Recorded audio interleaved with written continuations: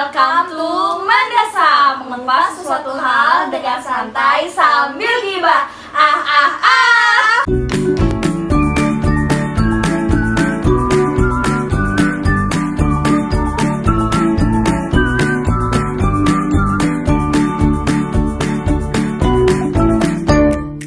Oke, jadi kenapa sih Jan kita kali ini mengundang Jelita di video kita? Jelita itu nikah di usia muda, di usia 23 tahun.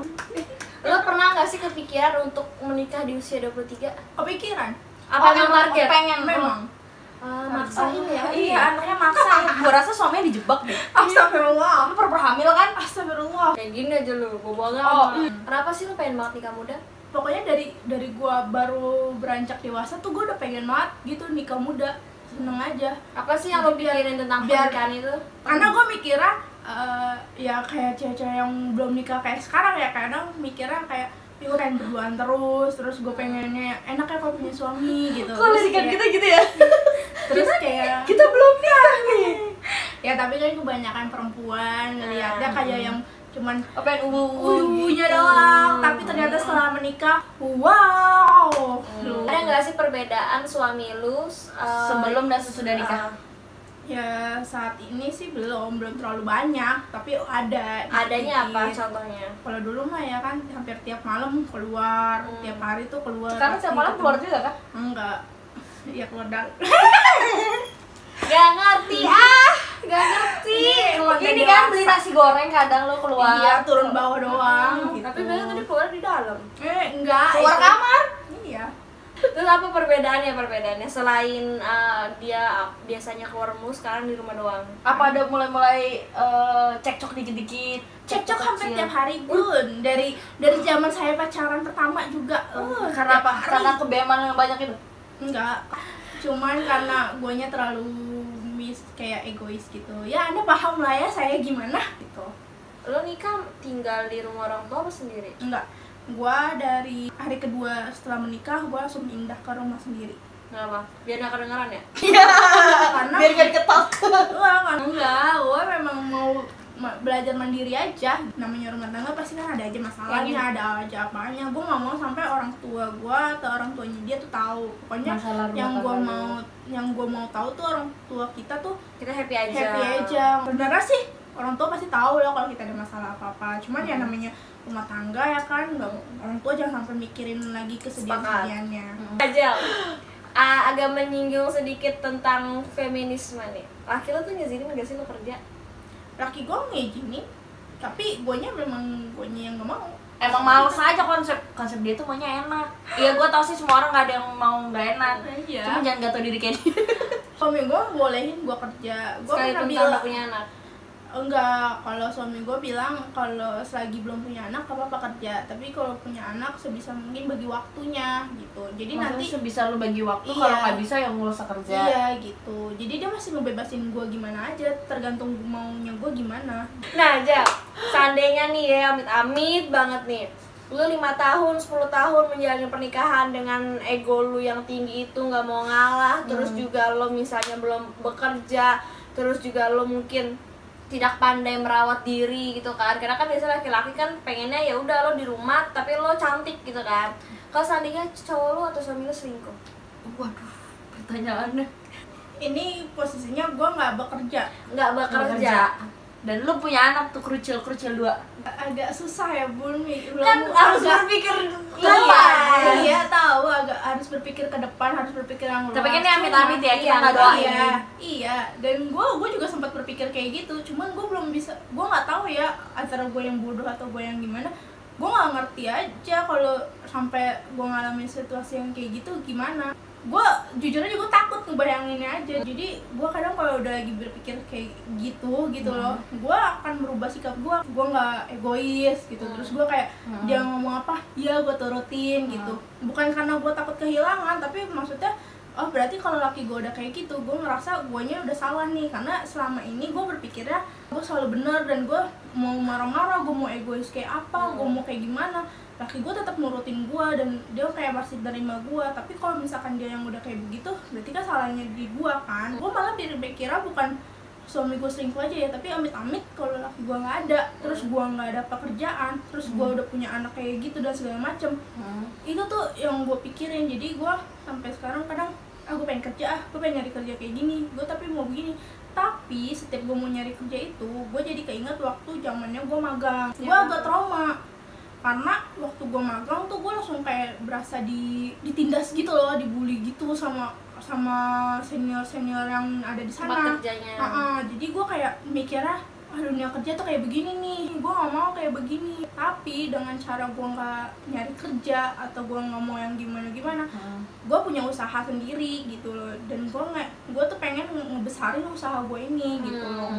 Nih tapi jangan balik lagi ke kalau misalkan lu diselingkuhin ya, berarti lu berubah atas dasar karena suami lu selingkuh doang dong?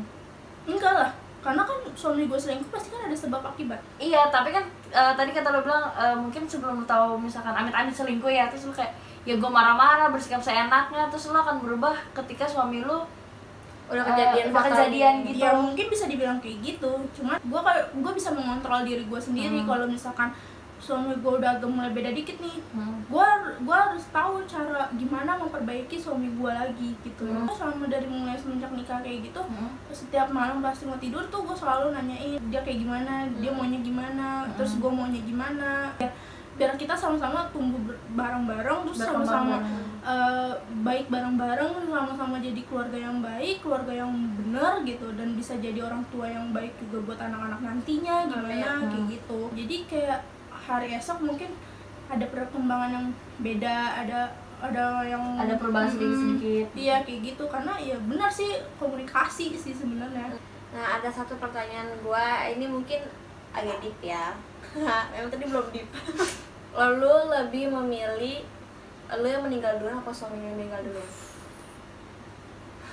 Kan kita nggak ada yang tahu ya kematian itu siapa yang duluan, kadang nggak sesuai dengan urutan umur. Tapi kalau misalnya bisa milih siapa dulu? Setiap gue bahas kayak gini sama laki gue dari pas mau nikah, pokoknya setelah lamaran itu gue selalu bahas itu. Gue tuh selalu bilang kalau bisa gue duluan, jangan lu. Karena gue mikirnya ya gue nggak bisa tanpa lu gitu. Terus Berat banget ya, kayak berasa udah nggak ada lagi dunia yang ini. Karena sejauh ini yang paling ngerti gue ya dia. Jangan nangis. Tisu mana tisu? Sorry, tapi kan ini kan emang dasarnya kayak gue tuh mengambil hikmah dari pernikahannya Presiden Habibie aja sih kan. Maksudnya dilihat case dari orang tua gue juga pada akhirnya, maksudnya kayak kasarnya kalau gue kan bokap duluan nggak ada, kalau kan nyokap duluan yang nggak ada gitu kan. Kalau gue lebih baik, gue udah selalu bilang kalau gue lebih baik gue duluan, karena kayak gue ngerasa nyaman, aman sama dia doang gitu loh. Walaupun kedepannya gue nggak tahu gimana gitu loh. Tapi kalau seandainya lu punya anak nih, lu lebih milih siapa? Ketika lu sudah punya anak, Alif dulu. Kalau menurut gue ya biar gimana pun anak bertumbuh kembang lebih baik sama ibu dibandingkan sama ayah. maksudnya gini, lebih baik tumbuh kembang bersama-sama orang tuanya, tapi ketika memilih tidak ada salah satu, better sama mungkin sama ibunya. Apalagi kalau misalnya masih kecil kan masih membutuhkan ASI juga. Iya. Sebenarnya lebih maksudnya gini loh, kalau yang gue lihat dari teman-teman gue ya, misalkan salah satu orang tuanya udah nggak ada duluan, kayak misalkan bokapnya nyokapnya duluan yang nggak ada, terus biasanya nih laki-laki kan butuh pendamping lagi baru.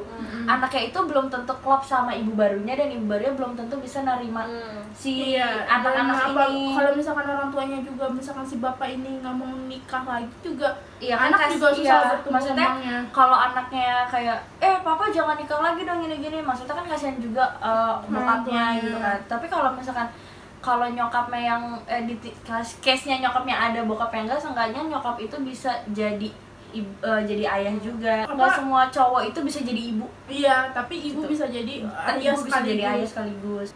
Cuman kan ini hanya omongan, cuman yang nggak tahu gimana nya ke depannya kan. Semoga langgeng sampai nanti anaknya sudah besar dan pada cucu ya teman-teman. Amin. Semoga gak cuma 1 tahun 2 tahun, tapi selama-lamanya. Amin. Nah, pesan lo nih buat yang lagi nonton terus dia pengen mikir, aduh gue nikah nggak ya, soalnya ada pasti ada perempuan yang aduh gue nggak mau nikah deh, gue nggak butuh laki-laki gitu. Sebenarnya kita namanya hidup harus berdampingan sih.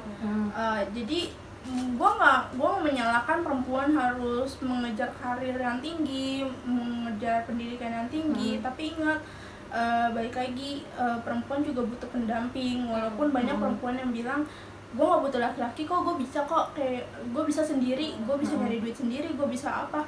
Nggak cuma itu doang kok, sebenarnya perempuan juga butuh perhatian dan kasih sayang dari seorang laki-laki gitu loh. Apalagi kalau misalkan ada yang bilang percuma lo sekolah tinggi-tinggi, percuma lo ngejar karir tinggi-tinggi, ujung-ujungnya di rumah dan lo di dapur, atau enggak lo jadi ibu rumah tangga yang salah besar. itu salah. Gue berpendidikan tinggi alhamdulillahnya, tapi walaupun gue gak kerja tapi gue bisa menyeimbangkan itu semua gitu loh. Jadi yo buat perempuan jangan terlalu tinggi, jangan terlalu merendah juga. Karena laki pun kalau mendekatkan yang tinggi dia agak gengsi, kalau kita merendah ya kita bisa direndahkan oleh laki-laki. Sebenarnya lu harus merasakan dulu baru lu bisa ngomong kayak gitu. Karena gua banyak orang yang dengar orang-orang nih ngomong gini dulu ya begini begitu. Tapi kalau lu belum merasakan, omong kosong lu tuh, cuman ngomong doang gitu loh, nggak ada gunanya lu ngomong kayak gitu. Kayak sekarang gue walaupun nggak kerja tapi kan gue mikir gue harus punya usaha nih yang gimana yang bisa perpanjang hidup gue gitu. Nah guys, kira-kira aku sama Ajeng mau bahas apa lagi nih? Yuk tulis di kolom komentar ya. Jangan lupa klik tombol like, komen, dan subscribe. Jangan lupa share ke teman-teman kalian kalau menurut kalian video ini menarik. Sampai jumpa di video kita selanjutnya ya. Dadah.